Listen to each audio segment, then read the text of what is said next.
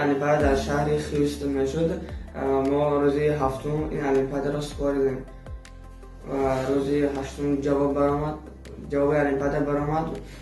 ما جای سوم را اشغال کردیم. در این المپیاد 25 تا مثال مسئله ها بود. 20 تا سوال های تستی و 5 تا ما خود موافقه کردیم.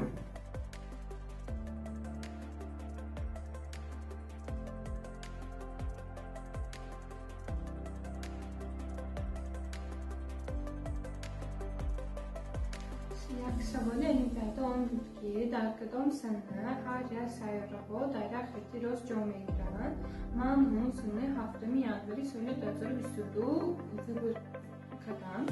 این جواب درست آمد.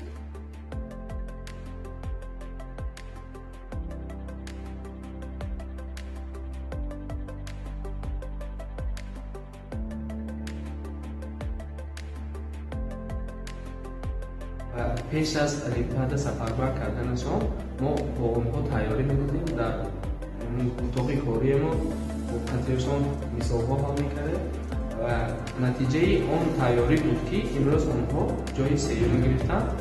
ما در دوام درس از کتاب‌های زنبق سرویس انگلیش همه این معلومات‌ها با زبان انگلیسی آموزانده می‌شود. 3 seconds and a rise at a velocity of 20